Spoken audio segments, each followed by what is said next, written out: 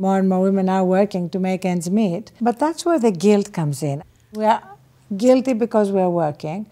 And when we are with our children and not working, we are guilty because we are ignoring what makes us happy or what we need to do to make money or whatever the reason is that women are working. But sometimes I feel that when they take the baby out, they put the guilt in. Because I don't know a single mother, especially a working mother, who is not guilty. What do we do about that guilt? Beyond the guilt, it's such a blessing to be a working mother. I always say that I'm a better actress because I'm a mother, and I'm a better mother because I'm an actress, meaning that I have fulfillment in both areas, and they feed each other and make me, better at each thing.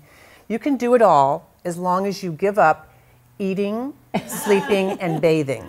I tried that, didn't work. Really? No, but I think it's true, and I think one of the great gifts of the feminist movement was this idea that you can have it all, and you can be it all, and you can do it all, and yet in some ways that's sort of a curse, because now we have this pressure of you have to have this amazing career, you have to have this incredibly happy husband, you have to have the perfect home and the perfect children, and that's really hard.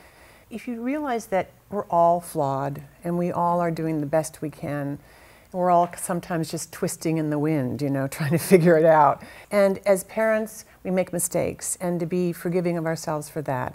I have this little saying on my desk that says, only make new mistakes. I love that. That's great. Yeah. I find that Marcus, who's my husband, and I, we fight about one thing. I mean, we may start in a different place, but we always wind up in the same fight. My first year of marriage was one of the worst years of my life.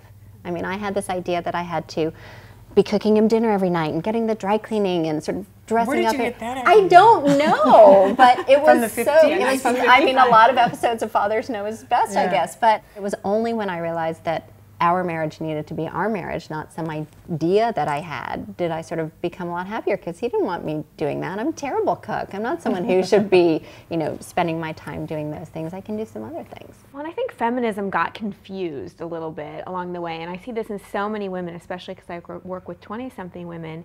We've interpreted that we have to have it all, but at least my understanding is the feminist movement was really about having choices. Right.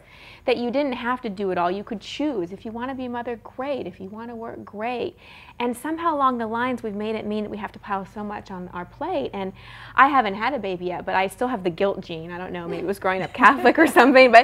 And I feel guilty that I don't have a child, that I'm turning 34 years old and I haven't hit that milestone. That is one of the gifts of the feminist movement is that we are supposed to have these choices, and we can wait, and we don't have to do everything by the age of 24. And also there's sort of this myth that you can balance it when in fact you're never balanced. No one I know is really balanced. It's really more about some weeks I'm much better at my job, and some weeks I'm much better at being a mom, and occasionally I'm a decent wife. But I think that we can balance, and it's more about a ship where you sort of don't run into any icebergs along the way. Thank you so much. There's so much wisdom here, and so many things that maybe we know, but by hearing them repeated, we reinforce them for ourselves as well as for each other.